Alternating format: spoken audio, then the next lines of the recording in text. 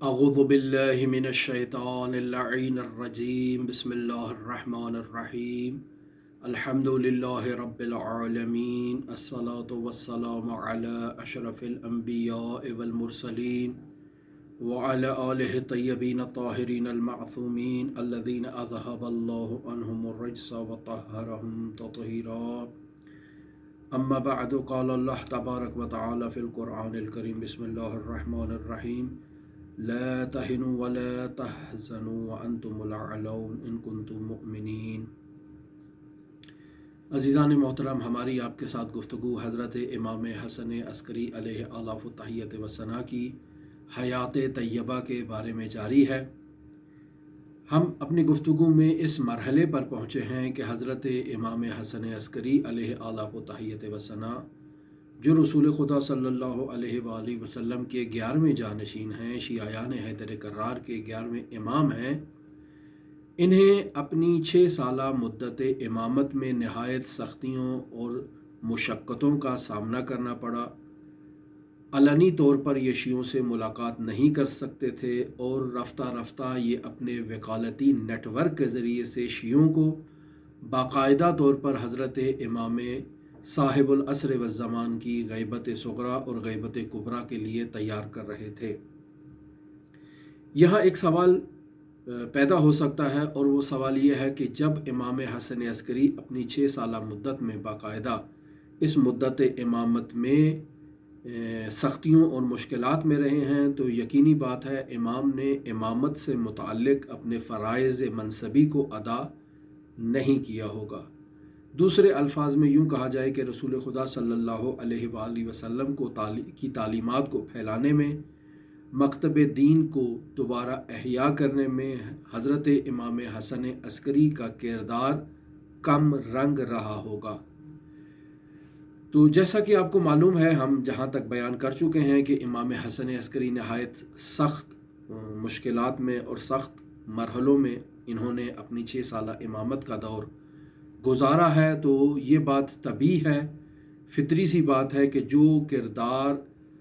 تبلیغ دین مبین میں، ترویج دین اسلام میں حضرت امام محمد باقر، حضرت امام جعفر صادق اور حضرت امام علی ابن موسیٰ رضا علیہ آلاف التحیت و ثنا نے انجام دیا، یقینی بات ہے وہ کردار اور وہ کام حضرت امام حسن عسکری نے اس انداز میں انجام نہیں دیا، سختیوں کی بنیاد پر، مشکلات کی بنیاد پر۔ لیکن اس کے باوجود امام اپنے فرائض منصبی کو احسن انداز میں ان تمام سختیوں کے باوجود پورا کرتے رہے، اور مرحوم شیخ طوسی رحمۃ اللہ علیہ نے امام حسن عسکری کے شاگردوں کی تعداد 100 تک بیان کی ہے کہ 100 سے زائد تھے، کم نہیں تھے امام حسن عسکری کے شاگرد۔ اور پھر آپ علمی شبہات کا باقاعدہ طور پر جواب دیا کرتے تھے، اور دین مبین اسلام پر اگر کوئی مشکل وقت آتا تو آپ وہاں بڑھ چڑھ کر اپنا کردار ادا کرتے تھے۔ ایک واقعہ جسے تاریخی کتابوں میں ذکر کیا گیا ہے وہ ہے اسحاق کندی کے شبہے سے متعلق، جو اس زمانے میں عرب کا ایک نامور فیلسوف تھا۔ یہ اپنے گھر میں بیٹھ کر تناقضات قرآن پر مشتمل کتاب تحریر کر رہا تھا۔ اس کتاب کے لکھنے میں مصروف تھا۔ امام کو اس کی خبر تھی کہ یہ تناقضات قرآن پر کتاب لکھ رہا ہے۔ امام علیہ آلاف التحیت و ثنا کی خدمت اقدس میں ایک دن اسحاق کندی کا ایک شاگرد شرفیاب ہوتا ہے اور آ کر امام کی خدمت میں اظہار ادب کرتا ہے۔ امام علیہ آلاف التحیت و ثنا اس شاگرد سے کہتے ہیں کہ کیا تم شاگردوں میں کوئی ایک شخص بھی ایسا نہیں ہے جو اپنے استاد کو ان کے اشتباہ سے، ان کی غلطی سے باخبر کرے، ان پر اعتراض کرے اور انہیں بتائے کہ جو وہ کام کر رہے ہیں وہ درست نہیں ہے؟ یہ شاگرد عرض ادب کرتا ہے امام کے حضور اور کہتا ہے کہ مولا،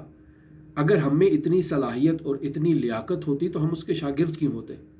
ہم اس کے سامنے کیسے یہ اعتراض کر سکتے ہیں اور کیسے اس مطلب کو آشکار کر سکتے ہیں؟ امام حسن عسکری کہتے ہیں کہ میں اگر تمہیں تعلیم دوں، تمہیں سکھاؤں، تو کیا تم اسی طرح کرو گے جیسے میں تمہیں تعلیم دیتا ہوں؟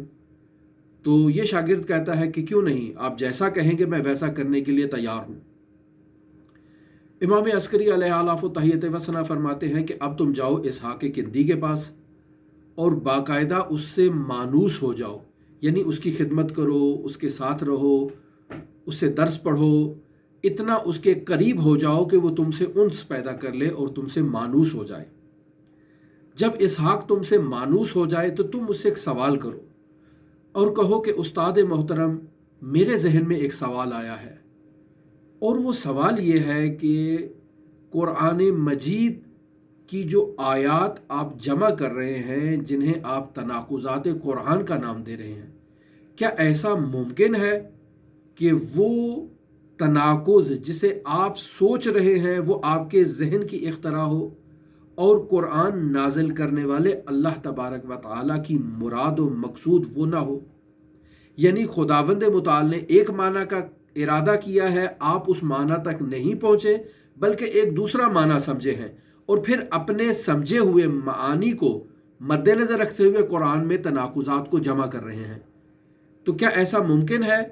کہ قرآن سے وہ مراد جو قرآن نازل کرنے والے پروردگار نے لی ہوئی ہو، وہ مراد اور ہو جسے آپ نہ سمجھے ہوں؟ کیا یہ امکان ہے؟ تو اسحاق کندی اپنے اس شاگرد سے کہتے ہیں کہ ایک مرتبہ اپنا سوال پھر دہراؤ۔ یہ شاگرد پھر اپنے سوال کو دہراتا ہے کہ کیا قرآن مجید میں جو آیات نازل ہوئی ہیں ان میں خداوند متعال کی مراد کچھ اور ہو اور آپ جو اس سے سمجھے ہیں وہ مراد کچھ اور ہو، اور دونوں مرادوں کے تفاوت کی وجہ سے آپ تناقض تک پہنچے ہوں؟ کیا ایسا امکان ہے یا امکان نہیں ہے؟ تو اسحاق کندی اپنے اس شاگرد سے کہتا ہے کہ بیٹا یہ بتاؤ کہ یہ سوال کس کا ہے؟ یہ سوال تمہارا نہیں ہے۔ وہ کہتا ہے کہ استاد یہ میرا سوال ہے، میرے ذہن میں یہ بات آئی ہے۔ اسحاق کہتا ہے کہ تم میرے شاگرد ہو، میں تمہیں اچھی طرح سے جانتا ہوں، یہ سوال تمہارے ذہن کی پیداوار نہیں ہے، تمہارے ذہن میں پنپنے والا یہ سوال نہیں ہے، تم مجھے بتاؤ کہ اس سوال کو بیان کرنے والا کون ہے؟ تو یہ شاگرد نہایت عاجزی سے، نہایت ادب و احترام سے کہتا ہے کہ استاد محترم، ابو محمد حسن ابن علی نے مجھے یہ سوال کہا ہے کہ میں یہ سوال آپ سے پوچھوں۔ تو ایسے میں اسحاق کندی امام کے اس سوال تک متوجہ ہو جاتا ہے اور باقاعدہ اپنے غلطی کا اعتراف کرتا ہے، اور جو کچھ بھی اس نے تحریر کیا ہوتا ہے تناقضات قرآن کی مد میں، ان تمام کو اٹھا کر آگ میں ڈال دیتا ہے اور انہیں جلا دیتا ہے۔ اسے اپنی غلطی کا اعتراف ہو جاتا ہے۔ تاریخی کتابوں میں یہ بھی لکھا ہے کہ بعید ہے اسحاق کندی سے متعلق، جو عرب کا ایک نامور فیلسوف، نامور ایک ماہر شخص ہے، اس کے متعلق ایسا واقعہ بعید ہے، کیونکہ اس نے یہ بات اپنی کتابوں میں لکھی ہے کہ قرآن مجید کے متعدد معانی ہیں۔ تو یہ کیسے ہو سکتا ہے کہ وہ جو ظاہری معنی کو بھی جانتا ہے، باطنی معانی کی طرف بھی متوجہ ہے کہ قرآن کے ایک سے زائد معانی ہے کلمات قرآن کے، وہ کیسے ایسا تفکر کر سکتا ہے اور تناقضات قرآن پر کتاب لکھ سکتا ہے؟ لیکن یہ بات خود اسحاق کندی کے اگر نوشتجات کو پڑھا جائے تو اس سے بعید نہیں معلوم ہوتی کہ یہ مطلب بھی اسے امام حسن عسکری علیہ آلاف و تحیت و ثنا نے القاء کیا ہو، جیسا کہ شاگرد کو بیان کیا تھا کہ قرآن مجید کو نازل کرنے والے حق متعال کی مراد کچھ اور ہے، تم جس معنی تک پہنچے ہو وہ مراد کچھ اور ہے، لہٰذا چونکہ تمہاری مراد وہ نہیں ہے جو خدا نے لی ہے، تو تم اپنے ذہن کی اختراع کو مد نظر رکھتے ہوئے قرآن مجید میں تناقضات کو درک کر رہے ہو اور ان تناقضات پر کتاب لکھ رہے ہو، جبکہ خداوند متعال وہ مراد و مقصود ہی نہیں لے رہا جس تک تم پہنچے ہو۔ تو ظاہری بات ہے کہ جب تم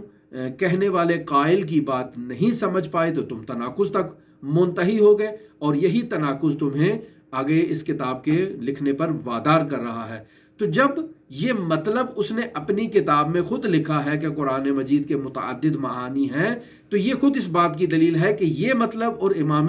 حسن عسکری علیہ آلاف و تحیت و ثنا کا وہ سوال جو انہوں نے اسحاق کندی کے شاگرد تک منتقل کیا تھا، یہ سوال آپس میں مشابہت رکھتے ہیں۔ تو معلوم یہ ہوتا ہے کہ یہ اسحاق کندی کی اپنے ذہن کی پیداوار نہیں تھی، امام حسن عسکری کی تعلیم کردہ وہ سوال تھا جو اسحاق کندی کے شاگرد کے ذریعے سے امام حسن عسکری نے اسحاق کندی تک منتقل کیا تھا۔ اس واقعے سے اگر ہم آگے نکلیں تو اسلام کے دفاع میں، اسلام کی سربلندی میں ایک اور بہت بڑا کردار امام حسن عسکری علیہ آلاف و تحیت و ثنا کا تب جا کر ملتا ہے کہ جب سامرہ میں قحط کا ایک بہت بڑا وقت آیا، قحط ہو گیا، لوگ شدید مشکلات میں پڑ گئے۔ حکمران کے پاس آئے، حکمران نے لوگوں سے کہا کہ جائیں آپ نماز استسقاء پڑھیں، نماز باران پڑھیں تاکہ خداوند متعال باران رحمت کو آپ کے اوپر نازل کرے۔ تمام لوگ چلے گئے، لوگوں نے خداوند متعال کے حضور بہت دعائیں کیں، بہت التجائیں کیں، بہت گڑ گڑائے اور 3 دن تک باقاعدہ نماز استسقاء پڑھتے رہے، بارش نہیں ہوئی۔ آئے خلیفہ کے پاس کہ بھی بارش تو نہیں ہو رہی ہے، ہم نے تو اپنا پورا زور لگا لیا ہے۔ ایسے میں باقاعدہ جاسلیق جو اس زمانے میں ایک بہت بڑا راہب تھا، وہ اپنے تمام راہبوں کو لے کر باقاعدہ صحرا کے اندر آتا ہے تاکہ وہ نماز باقاعدہ استسقاء کے لیے دعا کرے اور خداوند متعال اس کی دعا کو اجابت کرتے ہوئے باران رحمت نازل کرے۔ یہ تمام عیسائی جو راہب ہوتے ہیں یہ باہر نکل آتے ہیں، صحرا میں جا کر دعا کرتے ہیں، اور جب ہی یہ ہاتھ بلند کرتے ہیں تو بارش نازل ہونا شروع ہوتی ہے، موٹے موٹے قطرے بارش کے آنا شروع ہو جاتے ہیں اور بہت بارش ہوتی ہے۔ پھر یہ لوگ چلے جاتے ہیں، اگلے دن پھر آتے ہیں، پھر بارش ہوتی ہے، پھر چلے جاتے ہیں، پھر اگلے دن آتے ہیں اور دعا کرتے ہیں اور بارش ہوتی ہے۔ تو ایسے میں لوگوں کے اعتقادات میں تزلزل آنا شروع ہو جاتا ہے کہ عیسائیوں کی بات اور عیسائیوں کے راہب کی بات خداوند متعال نے نہیں ٹھکرائی اور فوراً بارش ہونا شروع ہو گئی۔ انہوں نے صرف ہاتھ ہی اٹھائے ہیں تو بارش ہونا شروع ہو گئی ہے۔ ہم مسلسل 3 دن تک جو ہے وہ دعائیں مانگتے رہے ہیں، گڑ گڑاتے رہے ہیں اور خداوند متعال نے باران رحمت ہمارے اوپر نازل نہیں کیا۔ تو یقینی بات ہے کہ عیسائیوں کے مکتب فکر میں، ان کے مذہب میں، ان کے عقیدے میں حقانیت پائی جاتی ہے۔ ایسے میں جب یہ خبر خلیفہ تک پہنچی تو اس نے فوراً امام حسن عسکری علیہ آلاف و تحیت و ثنا تک پیغام بھیجا کہ یا ابن رسول اللہ آئیں، اپنے نانا کے دین کو، اپنے جد امجد کے دین کو بچائیں، لوگ مرتد ہو رہے ہیں، لوگ واپس پلٹ رہے ہیں۔ امام حسن عسکری خلیفہ تک یہ پیغام پہنچاتے ہیں، چونکہ اس زمانے میں امام حسن عسکری معتمد کے باقاعدہ جیل کے اندر ہوتے ہیں، قید خانے میں ہوتے ہیں۔ امام پیغام پہنچاتے ہیں کہ کل پھر تم راہبوں سے کہو کہ وہ میدان میں آئیں، صحرا میں آئیں اور باقاعدہ دعا کے لیے ہاتھ بلند کریں۔ میں بھی اس وقت وہاں پر موجود ہوتا ہوں، آ کر دیکھتا ہوں کہ کیا چکر ہے۔ یہ خلیفہ معتمد دوبارہ حکم دیتا ہے عیسائیوں کو کہ کل تم لوگوں نے پھر صحرا میں آنا ہے، دعا مانگنی ہے۔ تمام لوگوں کو بھی کہا جاتا ہے کہ جمع ہو جائیں، آج پھر عیسائی کشیش اور پادری آئیں گے اور آ کر خدا کے حضور دعا کریں گے اور نماز استسقاء کے لیے ہاتھ بلند کریں گے۔ یہ لوگ آتے ہیں، عیسائی امام حسن عسکری بھی موجود ہوتے ہیں، تو جاسلیق کا جو نائب ہوتا ہے وہ جو ہی ہاتھ بلند کرتا ہے تو امام حسن عسکری کسی کو کہتے ہیں کہ فوراً جاؤ، اس کے ہاتھوں کی انگلی کے درمیان جو چیز بھی ہے اسے اٹھا کر میرے پاس لے آؤ۔ وہ جاتا ہے اور اسی طرح سے کرتا ہے کہ اس راہب کے ہاتھوں کی انگلی کے درمیان ایک ہڈی ہوتی ہے سیاہ رنگ کی، اسے اٹھا کر اس سے لے کر امام حسن عسکری کے سپرد کر دیتا ہے۔ اب امام حسن عسکری خلیفہ سے کہتے ہیں کہ ان راہبوں سے کہو دعا مانگیں تاکہ بارش ہو۔ یہ راہب دعا کرتے ہیں، بارش نہیں ہوتی ہے۔ امام اس ہڈی کو باقاعدہ ایک کپڑے میں، ایک رومال کے اندر لپیٹ کے اپنے پاس رکھ لیتے ہیں۔ یہ دعائیں مانگتے رہتے ہیں، بارش نہیں ہوتی۔ تو خلیفہ آ کر امام سے پوچھتے ہیں کہ یا ابن رسول اللہ بتائیں ماجرا کیا ہے؟ تو امام حسن عسکری علیہ آلاف و تحیت و ثنا فرماتے ہیں کہ ان راہبوں نے انبیاء الہی میں سے کسی ایک نبی کے مرکز مطہر سے اس کے ایک بدن کی ہڈی کو اٹھا لیا ہے، اور خداوند متعال جب بھی کسی نبی کی ہڈی کو دیکھتا ہے، جب وہ ہڈی مکشوف ہوتی ہے تو خداوند متعال باران رحمت کو نازل کر دیتا ہے۔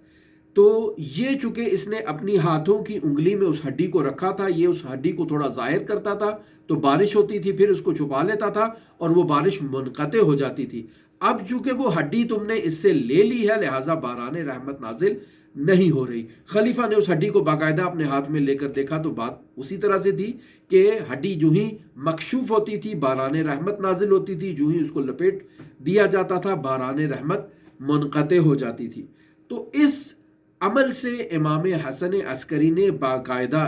مسیحی کشیشوں کا اور مسیحی راہبوں کا ایک بہت بڑا پلان جو انہوں نے اسلام کو نقصان پہنچانے میں، اسلام کو کمزور کرنے میں جو بنا رکھا تھا، وہ ظاہر ہو جاتا ہے، آشکار ہو جاتا ہے، اور اس سے امام حسن عسکری کی محبوبیت میں مزید اضافہ ہوتا ہے۔ لوگ امام حسن عسکری کی